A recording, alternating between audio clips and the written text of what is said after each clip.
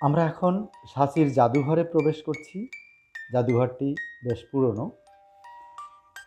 এই যে দেখছেন বিল্ডিংটা, এটা ভারতীয় পুরাতত্ত্ববিদ জন মার্শালের নামে নামাঙ্কিত করা হয়েছে। এই দেখুন জাদুঘরের প্রবেশপথ। আমরা মধ্যপ্রদেশ ভ্রমণকালে মোট 5টা জাদুঘর দেখেছিলাম: সাঁচি, ভোপাল, বিদিশা, আশাপুরা প্রভৃতি জায়গা।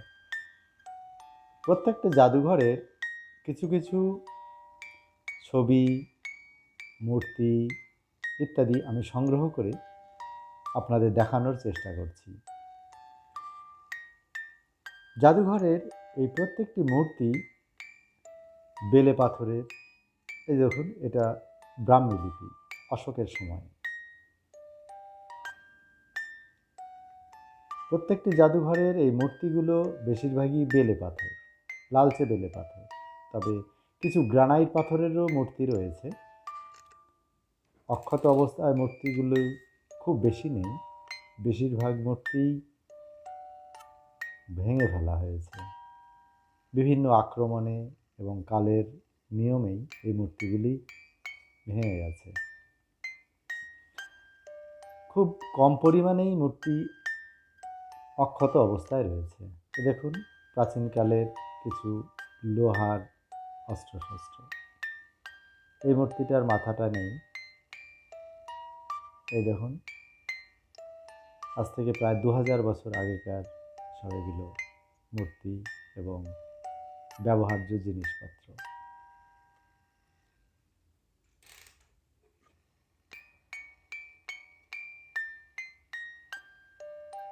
মূর্তিগুলির কারুকাজ এবং অলঙ্করণ দেখলে তৎকালীন সময়ের যে শিল্প উৎকর্ষতার নিদর্শন লক্ষ্য করা যায়, তা আমাদের আশ্চর্য করে দেয়। দেখুন, অসাধারণ সব।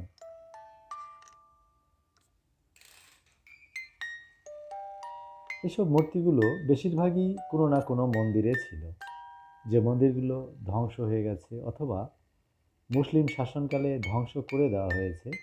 সেগুলো থেকেই সংগ্রহ করে এনে এই সংগ্রহশালায়, অর্থাৎ বিভিন্ন সংগ্রহশালায় সংরক্ষণ করে রাখা হয়েছে।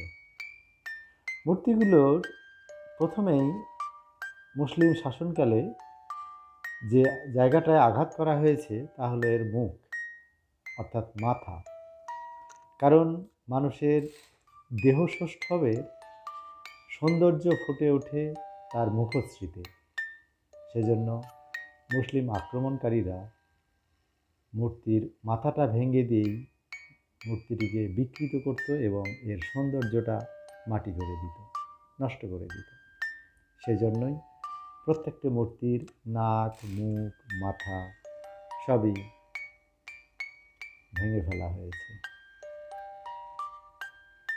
কারণ মুখটাই মানুষের বা যে কোনো মূর্তির সৌন্দর্যের পরিচায়ক।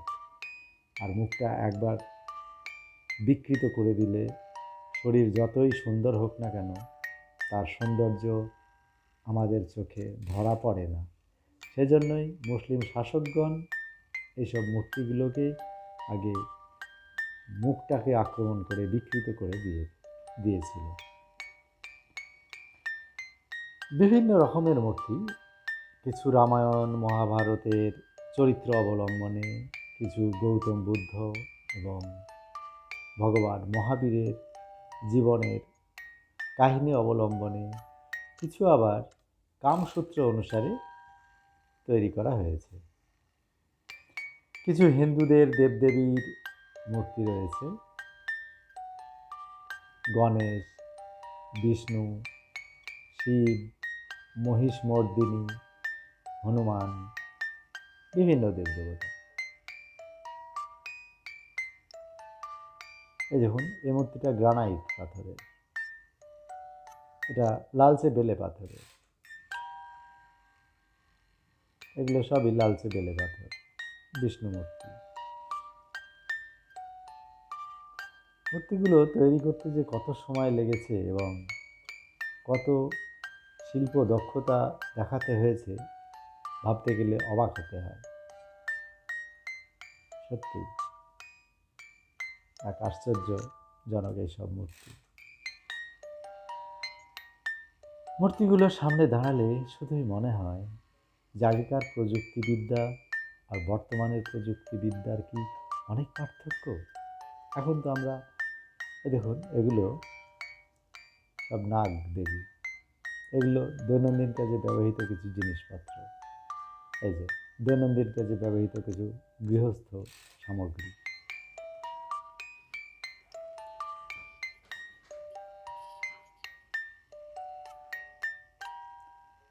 বর্তমানে আমরা এক উন্নত সভ্যতায় এসে উপস্থিত হয়েছি, কিন্তু এই স্থাপনাগুলো, এই শিল্পকর্মগুলোর সামনে দাঁড়ালে সত্যিই অবাক হতে হয় যে এখন কি সম্ভব এগুলো তৈরি করা। এক হাতুড়িয়ার শ্রেণীর সাহায্যে সেই সময়ের আজ থেকে 2000-2500 বছর আগেকার শিল্পীরা কি অসাধারণ দক্ষতার মাধ্যমে ফুটিয়ে তুলেছেন এইসব মূর্তি। এখন কি পারা যাবে? হনুমান,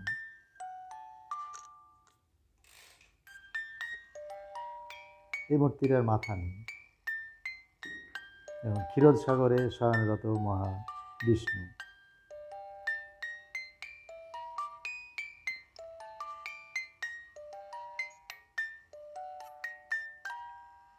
কত সুন্দর! সুযোগ পেলে আবার আপনাদের সব দেখাবো।